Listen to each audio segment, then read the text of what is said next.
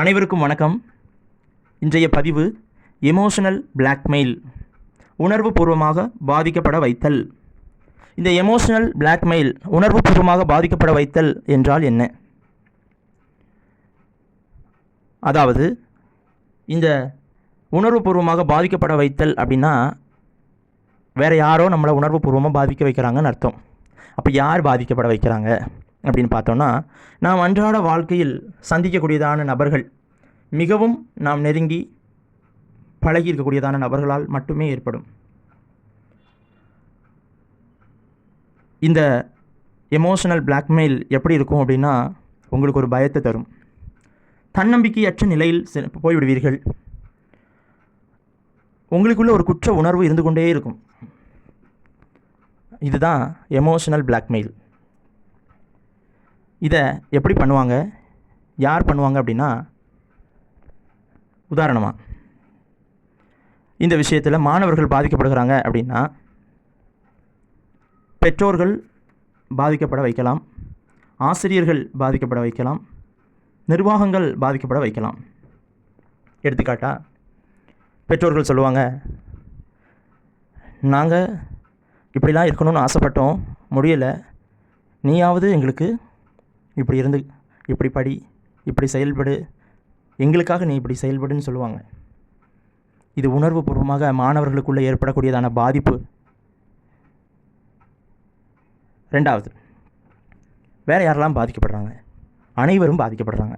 ஆண்கள், பெண்கள், உறவினர்களால், நண்பர்களால், இப்படி அனைவரும் பாதிக்கப்படுகிறார்கள். இதனால் என்னென்ன பாதிப்பு வரும் அப்படின்னா, மன அமைதி, மன நிம்மதி இல்லாமல் போய்விடும். மனசில் ஒரு அமைதியான நிலை இருக்காது, நிம்மதி இருக்காது. ஒரு தன்னம்பிக்கையற்ற நிலைமைக்கு போயிடுவீங்க. குற்ற உணர்வுகள் உங்களை தாக்கிக் கொண்டே இருக்கும். இதுலேருந்து எப்படி வெளியில் வர்றது? யார் உங்ககிட்ட எமோஷனலாக பிளாக்மெயில் பண்ணுறாங்கன்னு நீங்கள் கவனிங்க. முதல்ல கவனிக்க ஆரம்பிங்க, கண்டுபிடிங்க. அதுக்கப்புறம் அவங்க எந்த விதத்தில் உங்களை பாதிக்கப்பட வைக்கிறாங்கன்னு பாருங்கள். அதுக்கு பிறகு உங்களுக்குன்னு ஒரு லிமிட் வைங்க. முடியும்னா முடியும்னு சொல்லுங்கள், முடியாதுன்னா முடியாதுன்னு சொல்லுங்கள். அவங்களுக்காக நீங்கள் பாதிக்கப்பட வேண்டாம். உங்களால் உங்கள் குடும்பம் பாதிக்கப்படும்.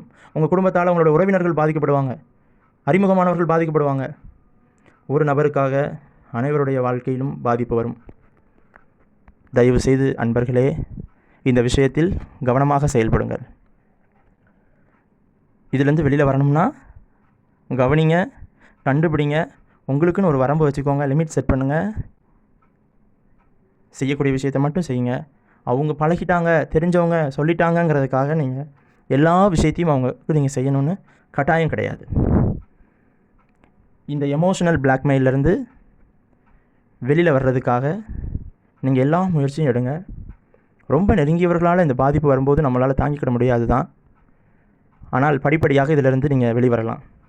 நீங்கள் இப்படி வெளியில் வர யோசிச்சுக்கிட்டு நீங்கள் தாமதம் பண்ணிங்கன்னா, இந்த மன அமைதி, மன நிம்மதி இல்லாத நிலை இன்னும் தீவிரமடைந்து மன அழுத்தமாக அல்லது மனநலன் இல்லாத நிலைக்கு நீங்கள் சென்று விடுவீங்க. அதாவது டீப் டிப்ரெஷன் அல்லது ஸ்ட்ரெஸ் லெவல் உங்களுக்கு ரொம்ப அதிகமாக இருக்கும். அடிக்கடி ரொம்ப கோபம் வரும்.